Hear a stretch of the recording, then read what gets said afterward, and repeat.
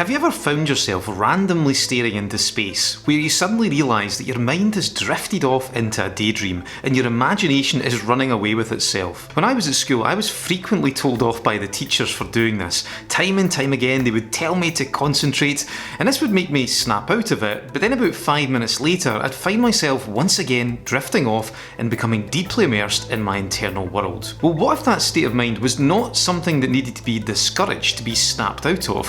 What if it was one of the most powerful states of mind that you can utilise when it comes to creating positive changes in your life? Maybe you've been told in the past to stop daydreaming or to get your head out of the clouds. Well, I want to suggest that that is actually terrible advice. You want to do the opposite. You want to daydream more. And that leads me on to what I'd like to talk about in this video, and that is the power of focused daydreaming. For hundreds, possibly thousands of years, focused daydreaming has been used to create powerful effects and changes. Buddhist monks have used meditative states to live more in the present. Einstein once imagined riding on a beam of light, and it was apparently from this that he discovered the theory of relativity. Business visionaries like Steve Jobs used them to vividly imagine the world that they would like to create. And then, of course, we have this.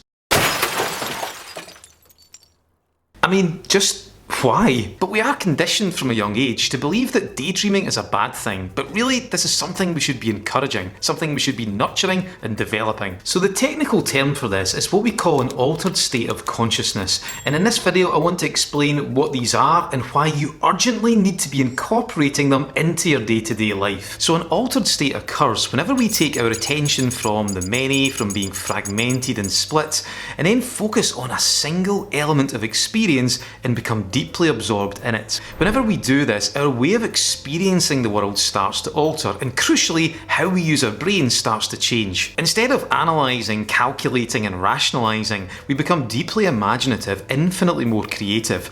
We become more open to new choices, new ways of thinking and feeling about our world, and this makes it possible for us to come up with innovative solutions to problems and challenges that we're struggling with. When we enter an altered state of consciousness, our brain shifts gear. We move from intellect to imagination, from cognitive to creative. And the thing is, this is a natural state that we slip into from time to time. For example, if you go to the cinema, you sit down, you focus on one thing and you become deeply absorbed in it. And if it's a good movie, it'll capture your imagination, it'll move you emotionally. Hey, maybe even changes the way that you think about life and you leave the cinema feeling a different person. This is an example of an altered state of consciousness. And the changes that you experienced as a result of that film wouldn't have happened if you were sitting there critiquing, analysing and rationalising. They happened as a result of your brain shifting gear into a more creative and imaginative place. Now you're maybe wondering, okay, that's all fine and well, but why is this important? Well, in order to answer that question, we need to go take a bath.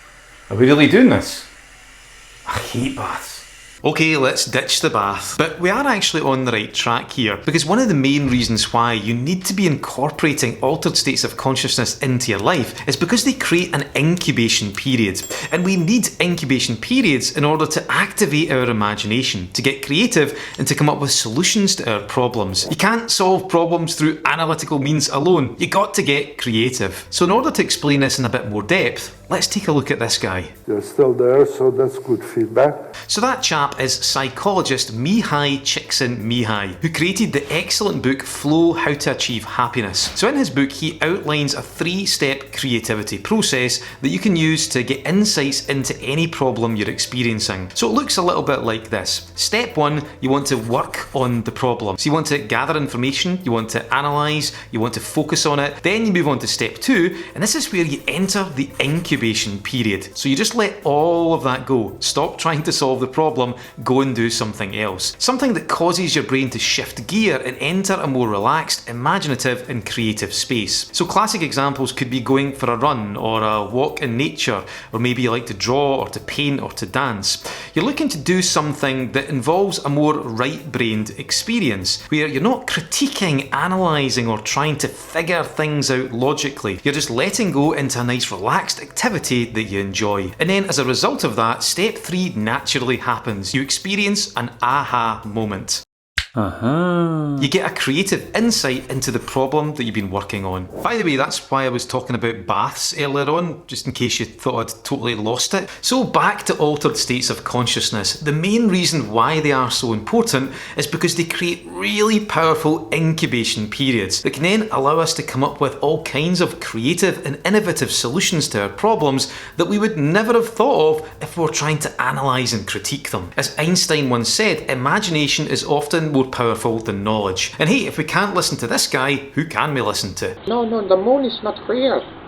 Really? No, it's just a funny shaped cloud. Maybe not his finest moment. So now that you know why altered states of consciousness are important, the next thing you want to learn is how to enter one of these states. So in order to do that, you'll want to watch this video here, share a step-by-step process that will help you access these powerful states. So thanks for watching. If you haven't already, if you could subscribe to the channel, it really does help.